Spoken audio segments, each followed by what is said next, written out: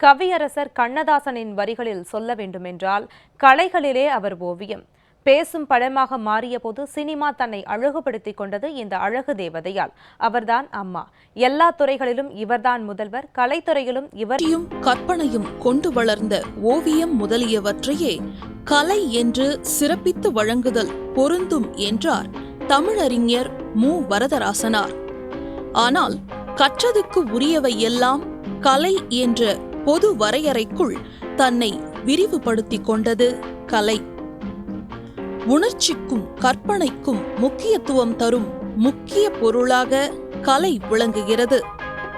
இயல், இசை, நாடகம் என தொன்று தொட்டு கூறப்பட்டாலும் பேச்சு வராத அல்லது பேசத் தெரியாத காலத்தில் சைகை மொழிதான் சகல மொழியாக இருந்தது. பேச நினைப்பதை சைகை மொழியால் நடித்துக் காட்டி புரிய வைத்த போதுதான் முதன்முதலாக நடிப்பு உருவானது. அப்படி பார்த்தால் மனிதன்தான் முதல் நடிகன். கலை நாளடைவில் கலை வடிவமாய் கை கால் முளைத்து நாடகங்களாய் பரிணாமம் பெற்றது. தாமஸ் ஆல்வா எடிசன் என்ற விஞ்ஞானி சினிமா என்ற சக்தி வாய்ந்த சாதனத்தை கண்டுபிடித்த பின் கலை தொழில்நுட்பத்தோடு கைகுலுக்கத் தொடங்கியது. கலை சினிமாவுக்குள் தன்னை நாளுக்கு நாள் முகம் பார்த்து அழகுபடுத்திக் கொண்டது. தமிழ் சினிமா பேசும் படமாக மாறிய போது அழகானது. அழகழகான கதாநாயகர்களும் நாயகிகளும் சினிமாவை இன்னும் அழகாக்கினார்கள்.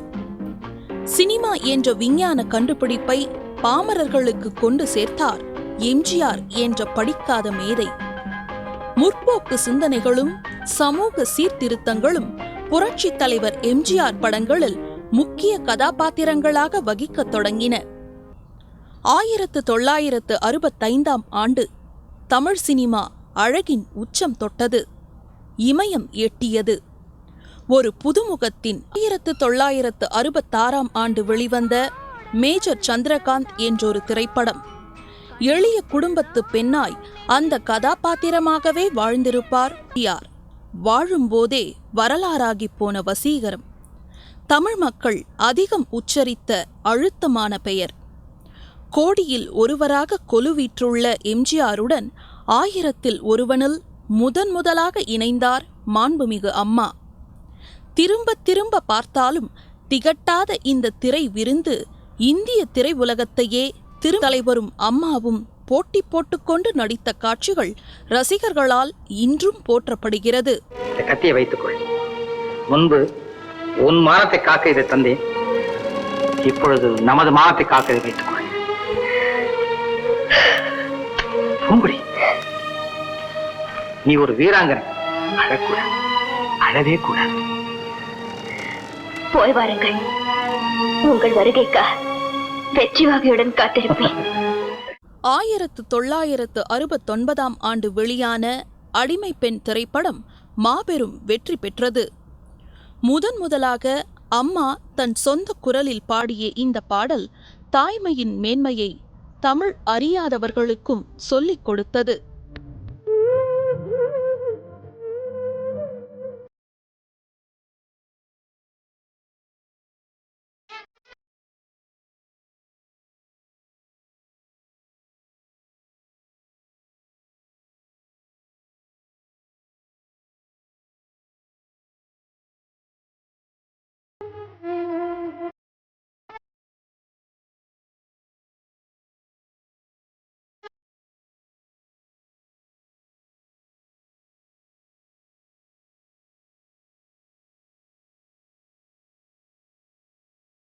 முகராசி, தனிப்பிறவி, சந்திரோதயம், மணிமகுடம், குமரிப்பெண், யார் நீ, மோட்டார் சுந்தரம் பிள்ளை, வந்தாளே மகராசி, சவாலே சமாளி போன்ற படங்கள் புரட்சித் தலைவி அம்மாவின் புகழை நாளொரு மேனியும் புகழும் ஒரு சிலரைப் போல அல்லாமல் வாசிசனோடு இணைந்து எத்தனையோ படங்களில் நடித்திருக்கிறார் அம்மா.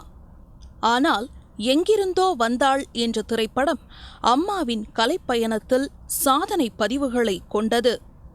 கிளைமாக்ஸ் காட்சியில் அந்த கதாபாத்திரமாகவே வாழ்ந்து தனது முத்திரை நடிப்பை பதித்திருப்பார் அம்மா. அந்த படம் மட்டும் கிலோனா என்ற இந்தி படத்தின் தழுவலாக மட்டும் இல்லாமல் இருந்திருந்தால் புரட்சி தலைவி அம்மா தேசிய விருதை தழுவி இருப்பார் என அந்த காலகட்டத்தில் திரையுலகினரால் பேசப்பட்டது. லட்சிய நடிகர் எஸ். ராஜேந்திரன், காதல் மன்னன் ஜெமினி கணேசன், மக்கள் கலைஞர் ஜெய்சங்கர், ரவிச்சந்திரன், முத்துராமன், சிவக்குமார், AVM ராஜன், ஸ்ரீகாந்த் மற்றும் 1957ஆம் ஆண்டு குழந்தை நட்சத்திரமாக அறிமுகமான அம்மாவின் கலைப்பயணம் 1980ஆம் ஆண்டு நதியை தேடி வந்த கடலோடு நிறைவு பெற்றது.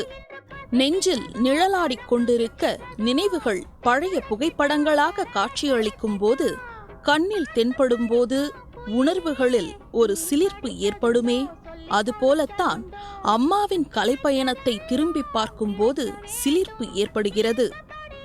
ஆணாதிக்கம் மிகுந்த சினிமா துறையிலும் அச்சம் அறியாமல் வெற்றியின் ஒவ்வொரு படிக்கட்டிலும் தன்னம்பிக்கை காலடிகள் பதித்து கலையரியாசனத்தில் அமர்ந்த மாண்புமிகு அம்மாவின் கலைப்பயணம் அவரோடு பணியாற்றியவர்களுக்கும் அவருக்கு பின்வந்த இளைஞர்களுக்கும் ஒரு பாடசாலை.